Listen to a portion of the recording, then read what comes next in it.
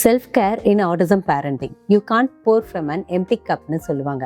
But autism பேரண்டிங்ல everyday நீங்க போர் பண்ணிட்டே இருக்க வேண்டியிருக்கும். ஆட்டிஸ்டிக் சைல்டை ரைஸ் பண்றதுக்கு ரொம்ப energy, patience and emotional strength தேவை. ஆனா நீங்க உங்களை ரீஃபில் பண்ணாம போர் பண்ணிட்டே இருந்தீங்கன்னா ஒரு பாயிண்ட்ல எம்டி ஆயிடுவீங்க. பர்ன் அவுட் வந்தா இரிட்டபிலிட்டி, கில்ட், ஹெல்ப்லெஸ் ஃபீலிங் எல்லாம் சேர்ந்து வந்துடும்.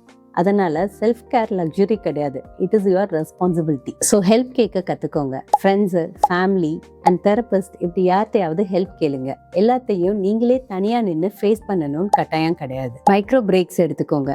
ஒரு 10 மினிட்ஸ் டீ டைமு, இல்லை ஒரு டீப் பிரீத், இல்லை ஒரு ஒரு 5 மினிட்ஸ் ஒரு பிரேக்கு. இது கண்டிப்பாக உங்களுக்கும் தேவைதான். இது எல்லாமே உங்களோட மைண்டை ரீசெட் பண்ணிடும். நீங்களும் ஒரு இண்டிவிஜுவல் தான், ஒரு பேரண்ட் மட்டும் கிடையாது. உங்களை புரிஞ்சுக்கிற பீப்புள்ஸ், அதர் ஆட்டிஸ்டிக் பேரண்ட்ஸ் இல்லை கம்யூனிட்டிஸோட கனெக்ட் ஆகுங்க. நீங்க தனியா இல்லைன்ற ஃபீலிங் உங்களுக்கு வர்றது தான் ரொம்ப முக்கியம். உங்க ஸ்ட்ரெஸ் ரிலீஸ் ஆகிற மாதிரி எனி பாடி மூவ்மெண்ட்ஸ் லைக் டான்ஸ், யோகா இந்த மாதிரி ஆக்டிவிட்டிஸ் ஏதாவது பண்ணுங்க. உங்களை நீங்களே ஸ்ட்ராங்கா ஜட்ஜ் பண்ணாதீங்க. எல்லா நாளுமே பெர்ஃபெக்டா இருக்காது. சின்ன சின்ன வின்ஸை செலிப்ரேட் பண்ண கத்துக்கோங்க. ஸோ உங்க சைல்டு நீங்க எவ்வளோ அக்கறையா பாத்துக்கிறீங்களோ அதே மாதிரி உங்களையும் நல்லா செல்ஃப் கேர் பண்ணிக்கோங்க. பிகாஸ் காம் அண்ட் ரெகுலேட்டடா இருக்கிற பேரண்ட்னால மட்டும்தான் ஒரு சேஃப் அண்ட் ஸ்ட்ராங் வேர்ல்டை அவங்க குழந்தைக்காக கிரியேட் பண்ண முடியும்.